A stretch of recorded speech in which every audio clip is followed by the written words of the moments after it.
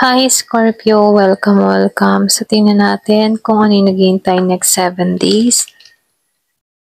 Energy forecast. So be open-minded po, hindi po halos lahat makaresonate. Thank you nga po pala sa mga nagsusubscribe, sa mga bumabalik. Maraming salamat. Start na tayo. So, kuha ko ng 3 cards para sa general energy in 7 days. Then, mamaya kuha ko ng 7 card para sa energy movement. Then, 1 card para sa advice. Okay? Ayan, start na tayo. Give me the message for Scorpio.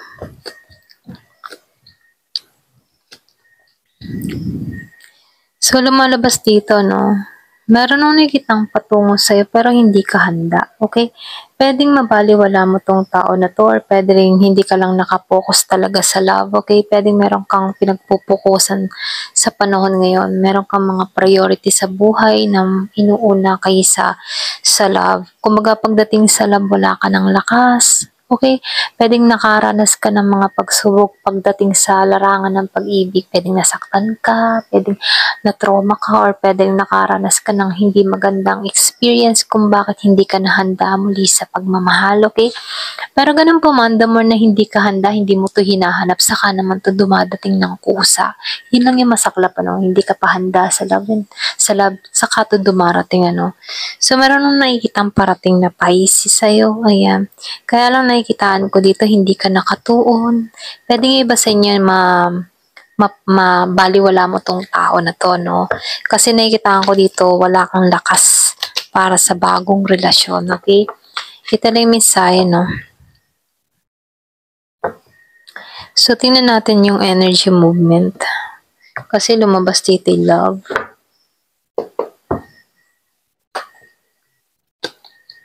Nakikitaan ko dito, andito ka sa stage ng healing, okay? Naghihilom ka sa mga pinagdaan mo sa nakaraan mo.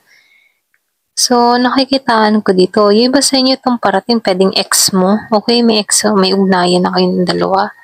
Meron na kayong, pwedeng nagsama na kayo, nag-live-in kayo ng tao na to, ganyan. Meron nung nakikitang pagpapalaya pwedeng pinapalaya mo na yung sarili mo mula sa taong ito. Ganun yung energy mo. Kumbaga, nakikitaan ko dito, may pagpapalaya kang ginagawa. Merong nagsama ng 5 taon, pero nasayang dahil sa 3 taon. Ganon yung nakikita ko dito. So, dito yung nang alalahanin ang nakaraan. Kumbaga, binitawan mo na tong nakaraan. Pero ganun pa man, merong humihiling, merong nagmamanifest. Or pwede rin merong bumubulong sa pangalan mo, kung bakit may time na hindi mo to malimot, may time na pumapasok pa rin to sa kaisipan mo. Kahit pilit-pilit mo siyang nililimot dito. Ganun, okay? Pero ganun pa man, nakikitaan ko dito na meron ditong tumatanggi, Kumbaga, nakikitaan ko dito, meron kang experience dito na hindi naging matagumpay pagdating sa koneksyon, sa relasyon. Kaya dito, wala kang oras pagdating sa koneksyon, okay? Pero meron akong nakikitang pwedeng past person mo to, kasi lumalabas dito Scorpio, Cancer, or Pisces, pero malakas yung Pisces, okay? So, dito, nakikitaan ko dito, mahabang panahon ka ding yung mga tipong mahabang panahon ka din naghihilom, ganyan, or mahabang panahon kang single, hindi ka nakikipag dealing sa iba, ganun, Kumbaga, nakikitaan ko dito, yung iba sa inyo nag-isolate, or pwede rin mas pinili mo muna yung sarili mo, nagpapaka-focus ka para sa sarili mo, ganun yung energy mo dito, So, meron naman nakikitang blessing na parating dun sa iba. Pwedeng may iba sa inyo makareceive ka ng pera, regalo, mula sa isang tao. Meron naman nakikitang Virgo, Taurus, and Capricorn na pwedeng magparamdam sa'yo, okay? Kumbaga, meron ako nakikitang bigay, suporta mula sa taong ito. Ayan, so nakikita ko dito yung infinity symbol. Pwedeng yung iba sa inyo, maganda yung takbo ng pamumuhay, maganda yung takbo ng trabaho. Kaya dito, dire-diretso yung daloy ng kapirahan. Ito lang yung nakikita ko, Kumbaga, super blessed. Kaya lang dito, pagdating sa relasyon, meron ka ditong ibinawaksi. Ayaw mo munang pagtuunan tong koneksyon or relasyon or kung sino man tong pas na magbabalik sa buhay mo. Mas nakatuon ka sa manifestation mo, or pwede rin meron kang hinihiling, meron kang gusto mangyari, meron kang gustong marating. Kaya ito yung pinagtutuunan mo ng pansin. Ayan. Ito lang yung nakikita ko. So, tingnan natin kung anong advice sa'yo. Give me the message.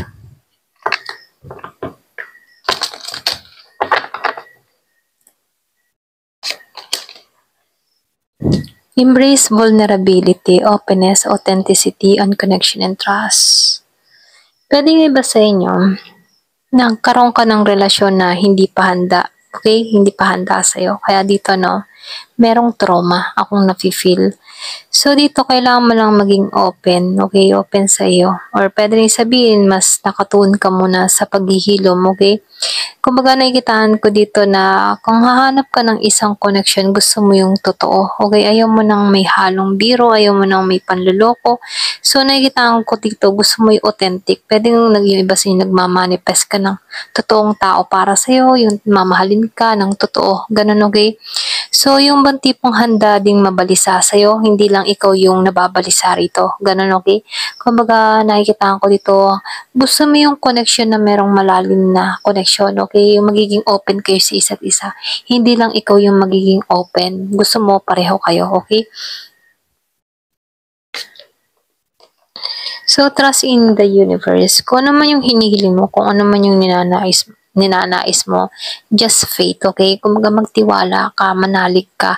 So, meron ditong divine timing. Kung ano man yung ninanais ng puso mo, ito yung parating. Kasi ninanais mo ng puso. Ninanais ito ng puso mo. At ito yung signal kay universe na ito yung gusto ko, no? So, dito, nakikitaan ko dito, makakamtan mo to. Okay? Kung baga, kailangan mo lang isurrender lahat ng mga alalahanin, lahat ng mga masasakit na pangyayari. Kung nandito ka sa process ng paghilom, ipagpatuloy mo, okay? Kung ayaw mo kung hindi ka pa handa sa relasyon, sundin mo yung kutob mo, okay? Kasi walang pipilitin dito, kundi ikaw lamang rito, okay? So, titingnan pa natin dito sa isang card kung ano pa yung lesson.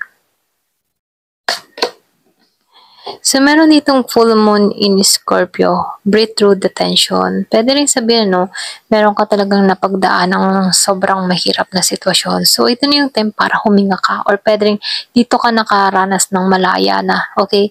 So, nakikitaan ko dito, andito is ka sa moment na pinapalaya mo yung sarili mo sa lahat ng mga lalahanin, sa lahat ng tension, sa lahat ng mga experience na naranasan mo, or pwede rin sabihin, marami kang mga pinagdaanan na kung saan lumaya ka na rito, okay?